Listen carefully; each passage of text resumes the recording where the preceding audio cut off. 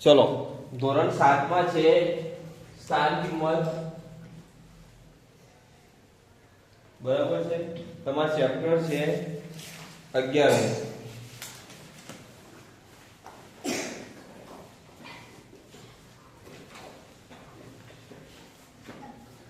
ચલો 7 વાળા 11.1 અને 11.2 તમને આવડી ગયું? હા. ઓકે. ચલો હવે સ્વાધ્યાય 11.3 જે તમે અગાઉ ભણી ચૂક્યા છો એના ઉપરથી છે આપણું સ્વાધ્યાય. એમાં તમારે જો પહેલો પ્રશ્ન આપેલો છે નીચેની સંખ્યાઓ વિસ્તૃત સ્વરૂપે લખો, બરાબર. એમાં હવે એ સંખ્યા નહીં લેતું, દરેક કોઈ પણ બીજી સંખ્યા લઉં. ચલો ફોર એક્ઝામ્પલ તરીકે મેં આ સંખ્યા લખી, બરાબર. ચલો હવે નાના ધોરણમાં પહેલા જે સ્થાન કિંમત આપણે લખતા, સ્થાન કિંમત માટે શું કરતા, જે અંક હોય ફોર એક્ઝામ્પલ તરીકે 8 છે, 8 પછી કોઈ એકઈ સંખ્યા છે નહીં તો એની સ્થાન કિંમત કેટલી થતી? 8. પછી 5 છે તો 5 ની સ્થાન કિંમત કેટલી થતી? એના પછી જેટલા અંક હોય એટલા એને શું કરી દેવાના?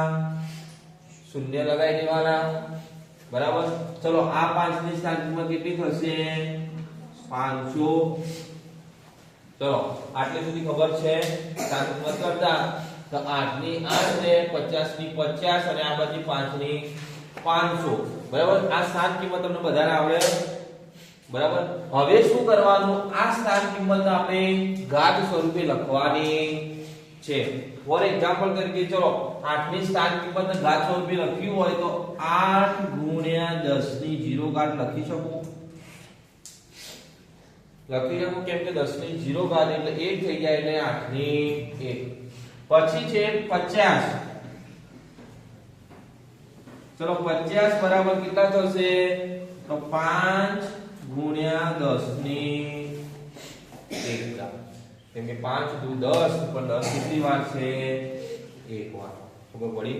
ચલો એ જ રીતે આ બાદના 5 ની આપણે લખીએ તો એની થશે 500 બરાબર 5 ગુણ્યા 100 થશે, એટલે કે 5 ગુણ્યા 10 ની 2 ઘાત. કેમ 2 ઘાત? 10 ને 2 શૂન્યો છે એટલે 10 ના ઉપર 2, અહીંયા 10 ની 1 શૂન્ય એટલે 10 ઉપર 1. ખબર પડી? આ તમે સ્થાન કિંમત જે તમને આપેલી હતી એને તમે શું કર્યું? ઘાત સ્વરૂપે લખી, બરાબર છે. હવે આ ઘાત સ્વરૂપે લખી, બરાબર. આ બધાનું અલગ અલગ સ્વરૂપ તમે દર્શાવ્યું. હવે આ બધાનું શું કરવાનું? સરવાળો કરવાનો હોય, કેમ કે 558 ડાયરેક્ટ ઘાત સ્વરૂપે લખીએ થાય નહીં. તો 558 કરવા હોય તો આપણે આ 500 + 50 + 8 એ રીતે કરવું પડે. તો ચલો આ રીતે થશે 500 + 50 + 8. શું કર્યું? 558 ની જે સ્થાન કિંમત મળે એના અલગ અલગ આપણે શું કરી દીધા? સરવાળો. અહીંયા 8 હતા તો 8, 50, 500 આ બધાનો સરવાળો કરીએ તો આપણને આ સંખ્યા મળશે 500 માં 50 550 ને એમાં એટલે 558 આ સંખ્યા મળી ગઈ. શું કર્યું? એની સ્થાન કિંમત શોધીએ. સ્થાન કિંમતનો પછી શું કર્યું આપણે? સરવાળો, બરાબર. ચલો હવે 558 એના બરાબર આપણે શું મૂકી દેવાની? ઘાત મૂકી દેવાની. ચલો 500 બરાબર આપણે કેટલી ઘાત મળી છે? 5 ગુણ્યા 10 ની 2 મળી છે, તો લખી દો 5 ગુણ્યા 10 ની 2. પછી વત્તા 50 બરાબર કેટલી લીધી છે? 5 ગુણ્યા 10 ની 1 અને ગુણ્યા 8 ગુણ્યા 10 ની 0. ચલો આવું લખી શકું. તો અમે શું કર્યું? 558 ને વ્યાપક સ્વરૂપે લખ્યું કે જેમાં શું હતું? ઘાત. ખબર પડી? ઘાતવાળા બધાએ આ થઈ ગયું. તમે પહેલા શું કર્યું? આપેલ સંખ્યાની સ્થાન કિંમત શોધી. સ્થાન કિંમતના આધારે તમે એને શું કર્યું? ઘાત સ્વરૂપે દર્શાવ્યું. ઘાત સ્વરૂપે દર્શાવ્યા પછી એનું શું કર્યું? તમે વ્યાપક સ્વરૂપ દર્શાવ્યું, બરાબર. આ થઈ ગઈ તમારી સંખ્યાનું સાદું. ચલો હવે તમારી ચોપડીમાં મોટી સંખ્યા આપેલી છે.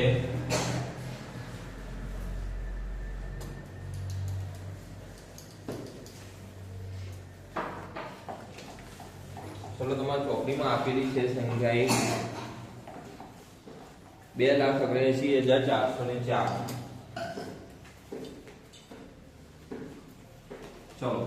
ચલો ચલો આવું આપેલું હોય. ચલો હવે આની સ્થાન કિંમત. ચલો 4 ની સ્થાન કિંમત કેટલી થશે? 4. ચલો આ શૂન્ય ની સ્થાન કિંમત કેટલી થશે?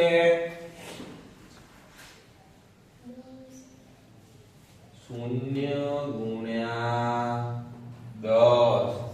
ચલો આ 4 ની સ્થાન કિંમત કેટલી થશે?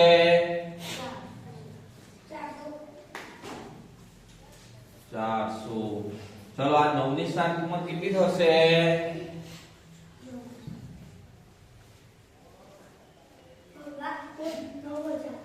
9000. ચલો 7 ની સ્થાન કિંમત કેટલી થશે?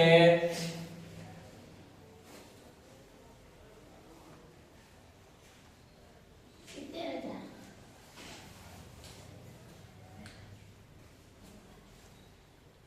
ચલો આ 2 ની સ્થાન કિંમત કેટલી થશે? 2 લાખ. ચલો આ સ્થાન કિંમત કરી. સ્થાન કિંમત માટે તમે શું કર્યું? ફરી કહું છું, જુઓ, જે તે સંખ્યા લેવાની, એ સંખ્યા પછી જેટલા શૂન્ય હોય, જેટલી સંખ્યા હોય એટલા તમારે શું કરવાના? એકલા પછી એટલા શૂન્ય મૂકી દેવાના. ચલો અહીંયા 4 છે તો 4 મૂક્યા. 4 પર કેટલી સંખ્યાઓ? તો 1 અને 2. તો 2 તમે શું કરી દીધું? શૂન્ય મૂકી દીધા. અહીંયા છે 7. 7 એના પર કેટલી સંખ્યા? તો 1 2 3 4. તો 7 પર કેટલા શૂન્ય મૂક્યા તમે? 1 2 3 4 શૂન્ય મૂકી દીધા. તો આ છે તમારે સ્થાન કિંમત લખવાની રીત. જે સંખ્યાની સ્થાન કિંમત કીધી હોય એ સંખ્યા પર જેટલી સંખ્યાઓ હોય એટલા એ સંખ્યા શું કરી દેવાના? શૂન્ય મૂકી દેવા. ચલો સ્થાન કિંમતમાં ખબર પડી ગઈ. ચલો હવે આનું સાદુરૂપ આપવું હોય મારે તો ચલો હું આ રીતે આપી શકું. તો પહેલા 2 લાખ વત્તા કેટલા? 70000 વત્તા 9000 વત્તા 400 વત્તા 0 એટલે કે 0 ગુણ્યા 10 અને વત્તા 4. ચલો આવું થયું. ચલો હવે હું આને શું કરે? ઘાત સ્વરૂપે મારે લખવું હોય તો ઘાત સ્વરૂપે કઈ રીતે લખીશ? તો અહીંયા ધ્યાન આપો. પેલા 2 m ના m ગુણ્યા 10 કરી અને જેટલા શૂન્ય હોય એટલી એની ઘાત લખી દેવાની. ચલો આના કેટલા શૂન્ય? તો 1 2 3 4 અને 5. તો 10 ની 5 ઘાત. પછી વચ્ચે વર્તાકાર ફરી અહીંયા 7 અને કેટલા શૂન્ય? 1 2 3 4. તો ગુણ્યા 10 ની 4 ઘાત. પછી વત્તા 9 ગુણ્યા 1 2 3. તો 10 ની 3 ઘાત. વત્તા 4 ગુણ્યા 10 ની 2 વત્તા 0 ગુણ્યા 10 ની 1 અને ગુણ્યા 4 ગુણ્યા એકઈ નથી એટલે 0 ઘાત. થઈ ગયું. આ મેં શું કર્યું? એને ઘાત સ્વરૂપે લખ્યું. ચલો આ અને એના જે આપણે સ્થાન કિંમત સુધી બધા શું કહેવાય? સમાન કહેવાય. દરેક સ્થાન કિંમતનો તમે સરવાળો કરો તો તમને આટલી સંખ્યા મળશે. 2,79,404. ક્યારે? જ્યારે બધાનો સરવાળો કરો ત્યારે. ખબર પડી? આટલે સુધી ખબર પડી? તો આ બધા સ્થાન કિંમતનો જ્યારે સરવાળો કરો એટલે મૂળ સંખ્યા તમને પ્રાપ્ત થશે. ઓકે, આટલા સુધી આવી ગયું. ચલો હવે તો તમને સંખ્યા આપેલી હતી એટલે એના પરથી આ શબ્દ આવડી ગયું. એની સ્થાન કિંમત આધારે હવે જો તમને આ પદ આપેલું હોય ને એના ઉપરથી સંખ્યા શોધવાની હોય તો શું કરશો? સેમ ઉલટું કરી નાખવાનું.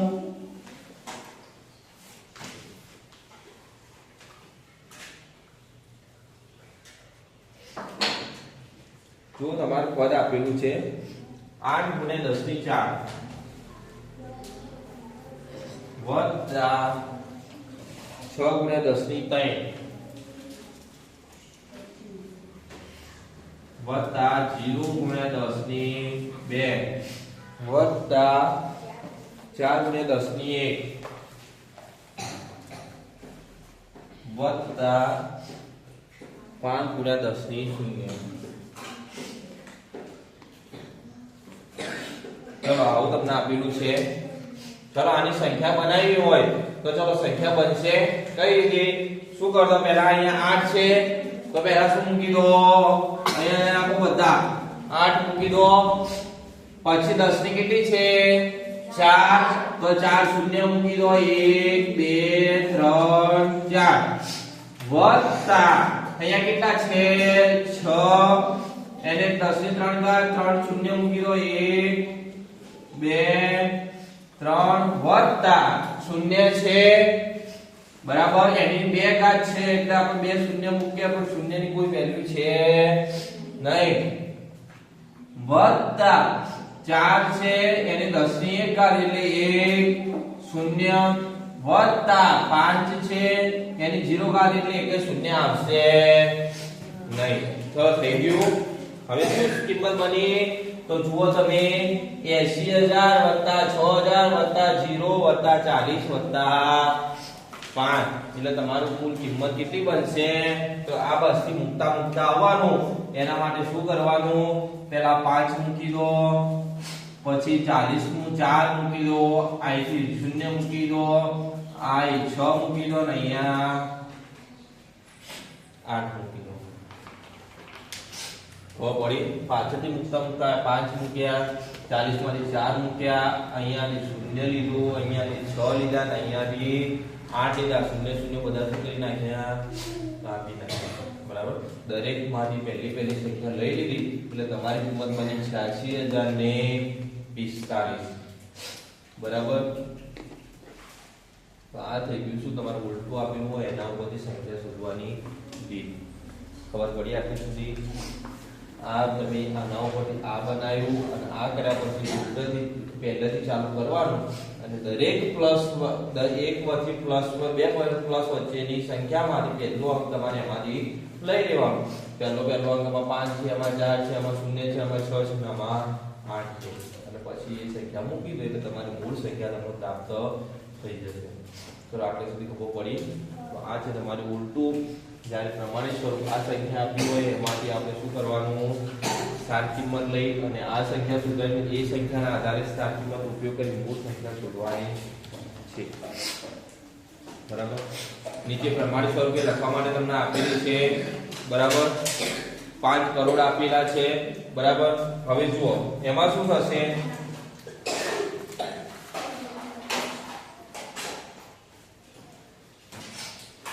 આવી સંખ્યા આપી દો એટલે પ્રમાણિત સ્વરૂપે લખવાની. શું કરશો? પહેલા 5 છે, 5 લખી દો.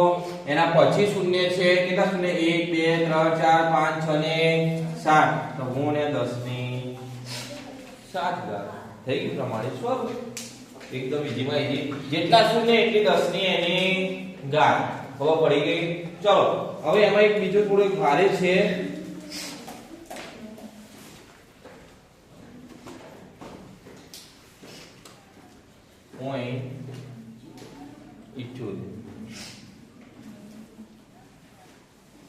ચલો હવે આને પ્રમાણિત સ્વરૂપે કઈ રીતે લખશો કે જેમાં પોઈન્ટ છે એને લેવાનો ખાસ.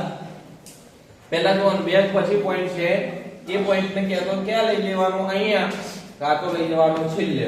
બરાબર. ચલો આ પોઈન્ટ ને અહીંયા લઈએ તો 1 2 ને 3 એકમ ખસીએ તો શું થશે? આપણનું 3.908 થયું. ગુણ્યા કેટલા પોઈન્ટ ખસેડ્યા આપણે? 3 તો 10 ની 3 થઈ ગયું સાદું. અને એ રીતે તમારે પૃથ્વી અને ચંદ્ર વચ્ચેનું અંતર આપેલું છે, શૂન્યાકાશમાં પ્રકાશનો વેગ આપેલો છે. એ બધા જેટલા શૂન્ય હોય એટલા તમારે પાછળ એની ઘાત કરી દેવાની. બરાબર છે. આ છે તમારો સ્વાધ્યાય 11.3. ઓકે, ખબર પડી ગઈ?